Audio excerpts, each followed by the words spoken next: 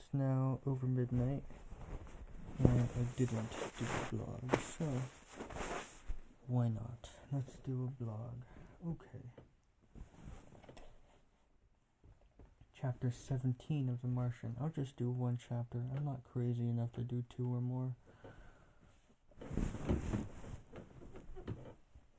Log entry Sol 192. Holy crap, they're coming back for me. I don't even know how to react. I'm all choked up, and I've got a buttload of work to do before I catch that bus home. They can't orbit.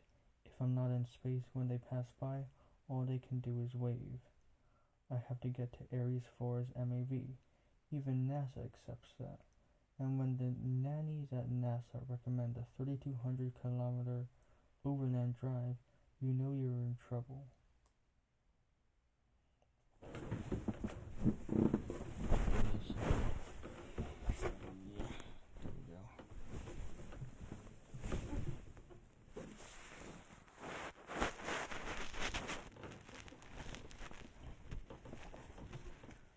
Schiaparelli, here I come. Well, not right away. I still have to do the aforementioned buttload of work. My trip to Pathfinder was a quick jaunt compared to the epic journey that's coming up. I got away with a lot of shortcuts because I only had to survive 22 souls. This time, things are different.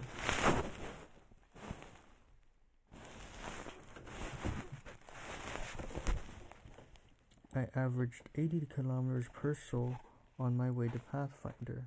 If I do that well towards Schiaparelli, the trip will take 40 souls. Call it 50 to be safe.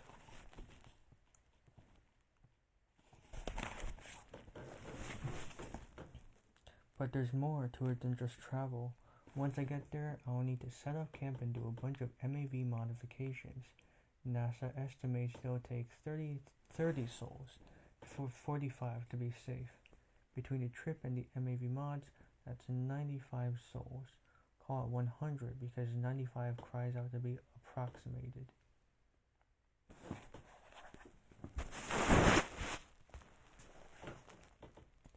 So I'll need to survive away from the Hob for 100 souls.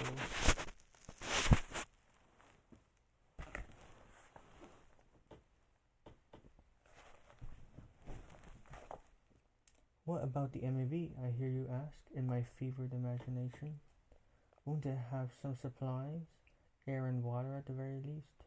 Nope, it's got nothing.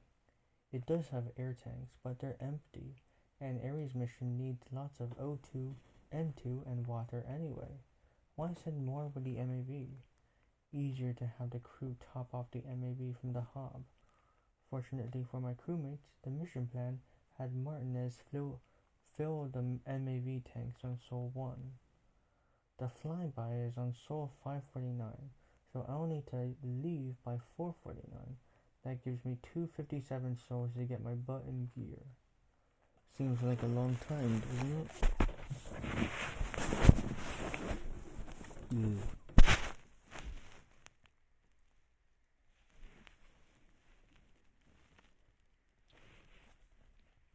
In that time, I need to modify the rover to carry the big 3, the atmospheric regulator, the oxygenator, and the water reclaimer. All 3 need to be in the pressurized area, but the rover isn't big enough. All 3 need to be running at all times, but the rover's batteries can't handle that load for long. I'm using a phone camera to read, and okay, yeah, that's way better. The rover will also need to carry all my food, water, and solar cells, my extra battery, my tools, some spare parts, and Pathfinder. As my soul means of communication with NASA, Pathfinder gets to ride on the roof, Granny Clampett style. I have a lot of problems to solve, but I haven't a lot of smart people to solve them. Pretty much the whole planet Earth. NASA is still working on the details, but the idea is to use both rovers, one to drive around, the one to act as my cargo trailer. I'll have to make structural changes to that trailer. And by structural changes, I mean cut a big hole in the hull. Then I can move the big three in and use Hob canvas to loosely cover the hole. It'll balloon out when I pressurize the rover, but it'll hold. How will I cut a big chunk out of a rover's hull? I'll let my lovely assistant Venkat Kapoor explain further. I'm just gonna fucking use this light. There we go.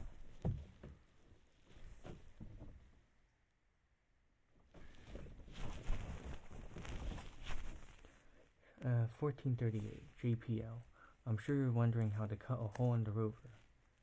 Our experiments show a rock sample drill can get through the hole. Wear and tear on the bit is minimal. You can cut holes in the line, then chisel out the remaining chunks between them. I hope you like drilling. The drill bit is 1 centimeter wide. The holes will be 0.5 centimeters apart, and the length of the total cut is 11.4 meters. That's 760 holes, and each one takes 160 seconds to drill. Problem: the drills weren't designed for construction projects. They were intended for quick rock samples. The batteries only last 240 seconds. You have to do 2 drills, but you'd still only get 3 holes done before needing to recharge. And recharging takes 41 minutes. That's 173 hours of work, limited to 8 EVA hours per day. That's 21 days of drilling, and that's just too long. Our other ideas hinge on this cut working. If it doesn't, we need time to come up with new ones. So we want you to write a drill directly to Hob Power. The drill expects 28.8 volts and it pulls 9 amps. The only lines that can handle that are the rover recharger lines. They're 36 volts, 10 amp max. Since you have 2, we're comfortable with you modifying one. We'll send you instructions on how to step down the voltage and put a new breaker in the line, but I'm sure you already know how. I'll be playing with high voltage power tomorrow. Can't imagine anything going wrong with that. Log entry Soul 193. I managed to not kill myself today, even though I was working with high voltage. Well, it's not as exciting as all that. I disconnected the line first. As instructed, I turned the rover charging cable into a drill power source. Getting the voltage right was a simple matter of adding resistors, which my electronics kit had in abundance. I had to make my own 9 amp breaker. I strung 3 3-amp breakers in parallel. There's no way for 9 amps to get through that without tripping all 3 in rapid succession. Then I had to rewire a drill. Pretty much the same thing I did with Pathfinder. Take out the battery and replace it with a power line from the Hob, but this time it was a lot easier. Pathfinder was too big to fit through any of my airlocks, so I had to do all the rewiring outside. Ever done electronics while wearing a spacesuit? Pain in the butt. I even had to make a workbench out of MAV landing struts, remember? Anyways, the drill fit in the airlock easily. It's only a meter tall and shaped like a jackhammer. We did our rock sampling standing up, like Apollo astronauts. Also, unlike the Pathfinder hatchet job, I had the full schematics of the drill. I removed the battery and attached the power line where it used to be.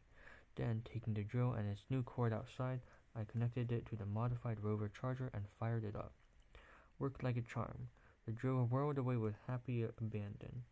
Somehow, I had managed to do everything right the first try. Deep down, I thought I'd fried the drill for sure. It wasn't even midday yet. I figured why not get a jump on drilling. 10:07. Watney. Power line modifications complete. Hooked it up to a drill and it works great. Plenty of daylight left. Send me a description of that hole you want me to cut. 2025. JPL. Glad to hear it. Starting on the cut seems great. Just to be clear, these are modifications to Rover 1, which we've been calling the trailer. Rover 2, the one with your modifications for the trip to Pathfinder, should remain as is for now. You'll be taking a chunk out of the roof, just in front of the airlock in the rear of the vehicle. The hole needs to be at least 2.5 meters long and the full 2 meter width of the pressure vessel. Before any cuts, draw the shape on the trailer and position the trailer where Pathfinder's camera can see it. We'll let you know if you got it right. 10:43. Watney, Roger. Take a pic at 11:30 if you haven't heard from me by then.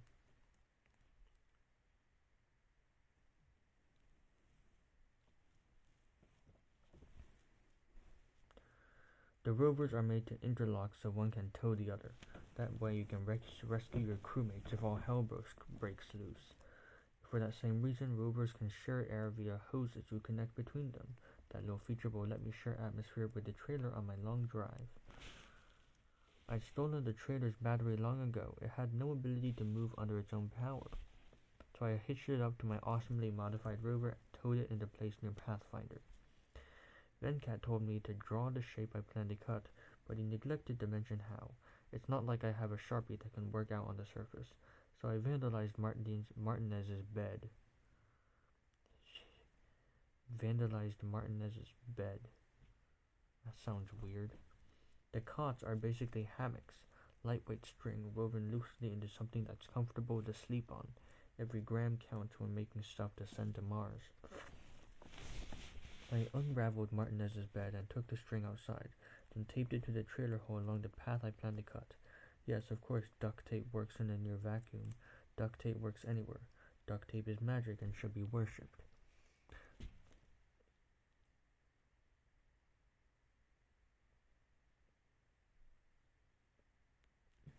I can see what NASA had in mind. The rear of the trailer has an airlock that we're not going to mess with. The cut is just ahead of it and will leave plenty of space for the Big Three to stand.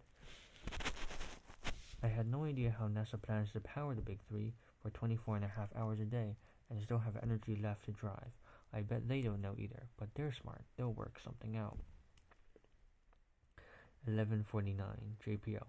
What we can see of your planned cut looks good. We're assuming the other side is identical. You're clear to start drilling. 12:07 Watney. That's what she said. 12:25 JPL. Seriously, Mark? Seriously? Oh, hey, Mark. First, I depressurized the trailer. Call me crazy, but I didn't want the drill explosively launched at my face. Then I had to pick somewhere to start. I thought it'd be easier to start on the side. I was wrong. The roof would have been better. The side was a hassle because I had to hold the drill parallel to the ground. This isn't your dad's Black & Decker we're talking about. It's a meter long and only safe to hold by the handles. Getting it to bite was nasty. I pressed it against the hole and turned it on, but it wandered all over the place, so I got my trusty hammer and screwdriver. With a few taps, I made a small chip in the carbon composite. That gave the bit a place to seat, so I could keep drilling in one place. As NASA predicted, it took about 2.5 minutes to get all the way through. I followed the same procedure for the second hole, and it went much smoother. After the third hole, the drill's overheat light came on. The poor drill wasn't designed to operate constantly for so long. Fortunately, it sensed the overheat and warned me, so I leaned it against the workbench for a few minutes and it cooled down. One thing you can say about Mars is that it's really cold. The thin atmosphere doesn't conduct heat very well, but it cools everything eventually. I had already removed the drill's cowling. The power cord needed to weigh in. A pleasant side effect is the drill cools even faster, though I'll have to clean it thoroughly every few hours as dust accumulates. By 17 o'clock, when the sun began to set, I had drilled 75 holes. A good start, but there was still tons to do. Eventually, probably tomorrow, I'll have to start drilling holes I can't even reach from the ground. For that, I'll need something to stand on. I can't use my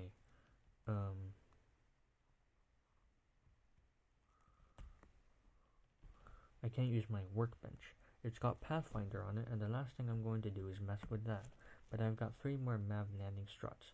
I'm sure I can make a ramp or something. Anyways, that's all stuff for tomorrow. Tonight is about eating a full ration for dinner. That's right. I'm either getting rescued on Sol 549 or I'm dying. That means I have 35 souls of extra food. I can indulge once in a while. Log entry Sol 194. I average a hole every 3.5 minutes. That includes the occasional breather to let the drill cool off. I learned this by spending all day drilling. After 8 hours of dull, physically intense work, I had 137 holes to show for it. It turned out to be easy to deal with places I couldn't reach. I didn't need to modify a landing strut after all. I just had to get something to stand on. I used a geological sample container. Before I was in contact with NASA, I would have worked more than 8 hours. I can stay out for 10 before even dipping into emergency air.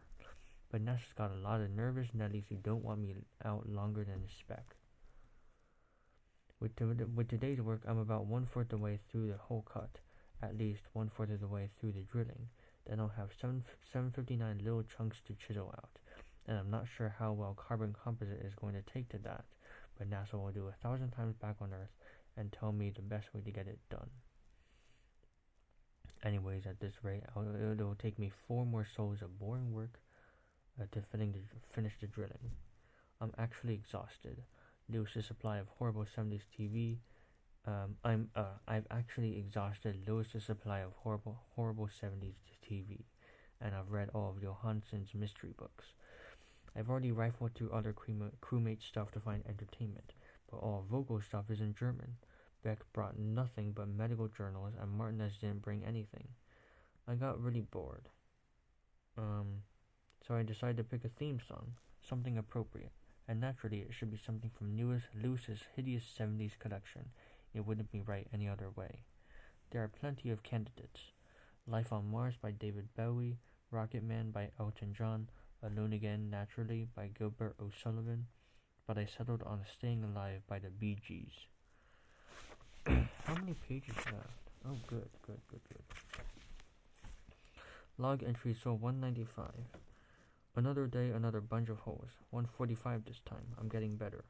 I'm halfway done. This is getting really old.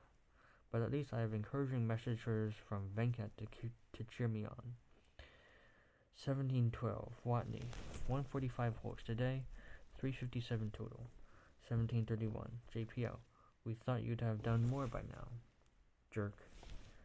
Anyways, I'm still bored at night. I guess that's a good thing. Nothing is wrong with the hob.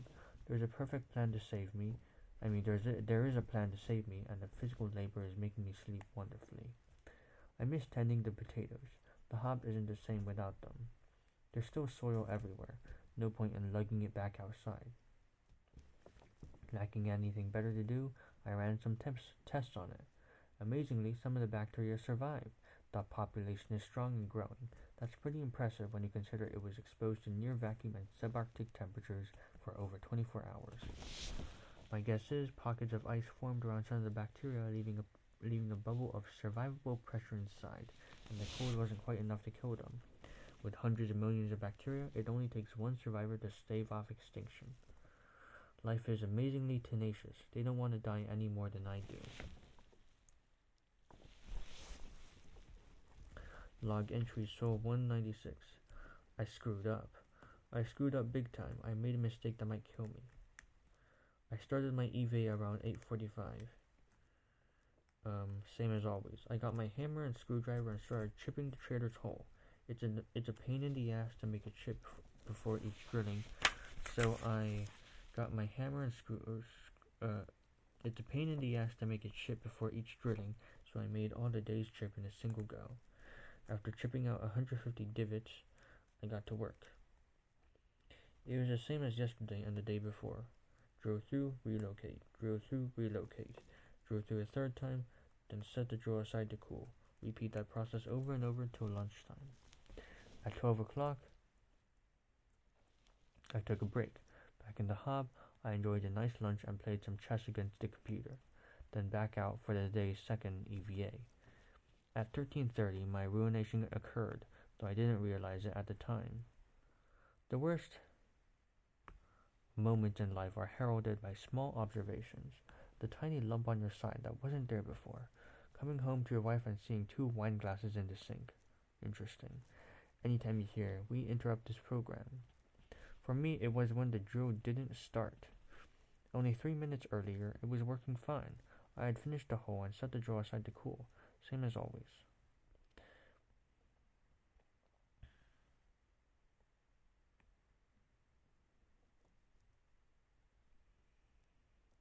But when I tried to get back to work, it was dead. The power light wouldn't even come on. I wasn't worried. If all else failed, I had another drill. It would take a few hours to wire it up, but that's hardly a concern.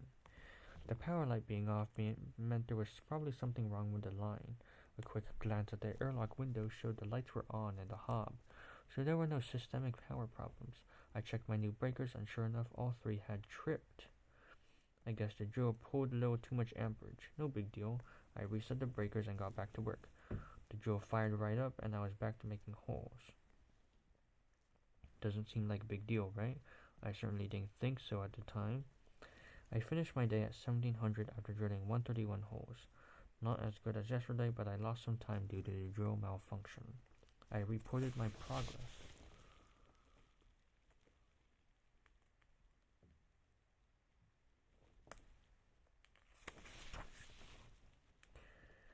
"1708 Watney, 131 holes today, 488 total. Minor drill issue. It tripped the breakers. There may be an intermittent short in the drill, probably in the attachment point of the power line. Might need to redo it."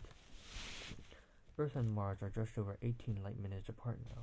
Usually NASA responds within 25 minutes.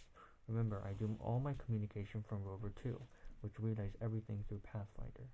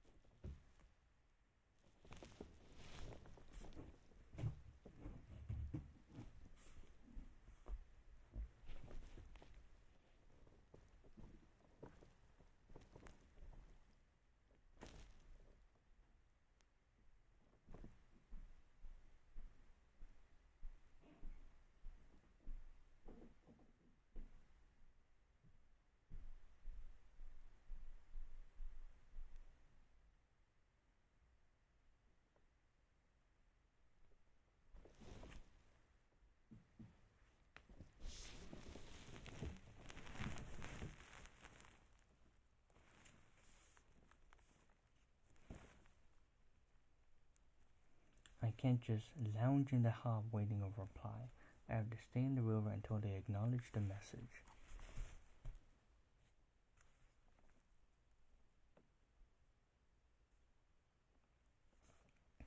"1738 Watney. Have received no reply. Last message sent 30 minutes ago. Please acknowledge." I waited another 30 minutes. Still no reply. Fear started to take root. Back when JPL's Nerd Brigade hacked the rover and Pathfinder to be a poor man's IM client, they sent me a cheat sheet for troubleshooting. I executed the first instruction. 1809 Watney. System command status. 1809 System. Last message sent 31 minutes ago. Last message received 26 hours 17 minutes ago. Last ping reply from probe received 4 hours 24 minutes ago. Warning: 52 unanswered pings. Pathfinder was no longer talking to the rover. It had stopped answering pings 4 hours and 24 minutes ago. Some quick math told me that was around 13:30 today, the same time the drill died. I tried not to panic. The troubleshooting sheet has a list of things to try if communication is lost. They are, in order: confirm power still flowing to Pathfinder, reboot rover, reboot Pathfinder by disconnecting reconnecting power, install rover's comm software on the other rover's computer, and try from there. If both rovers fail, problem is likely with Pathfinder. Check connections very closely. Clean Pathfinder of Martian dust. Spell message in Morse code with rocks. Include things attempted. Problem may be recoverable with remote update of Pathfinder.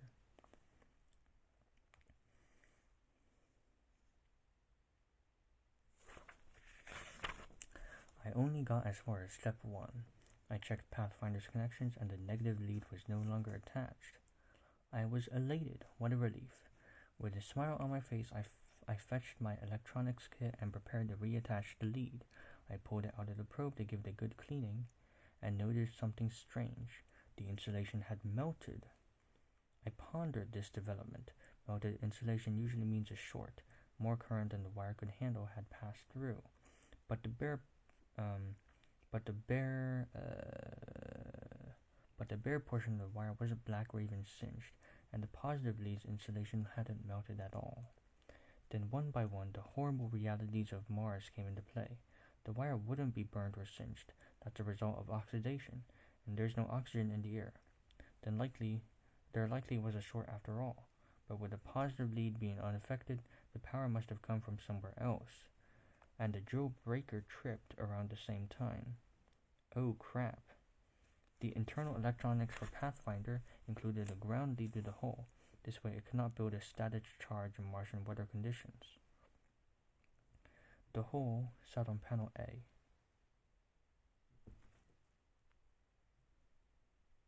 One of the 4 sides of the tetrahedron which brought Pathfinder to Mars.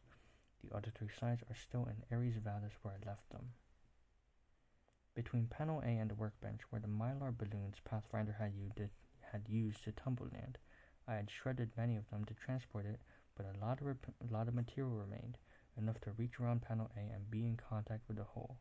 I should mention that mylar is conductive.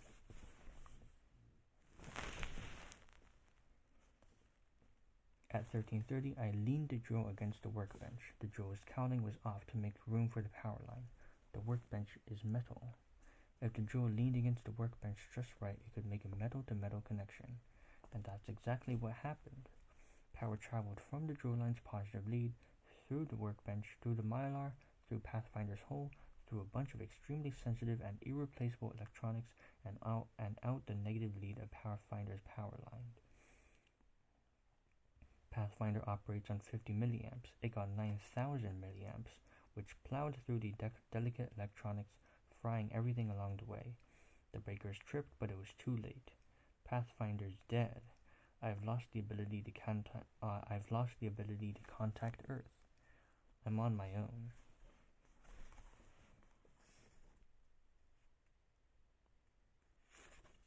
Interesting. So that's the end of the chapter. It is now close to 1 o'clock. I will surely go to sleep by now. And I'll see you guys tomorrow.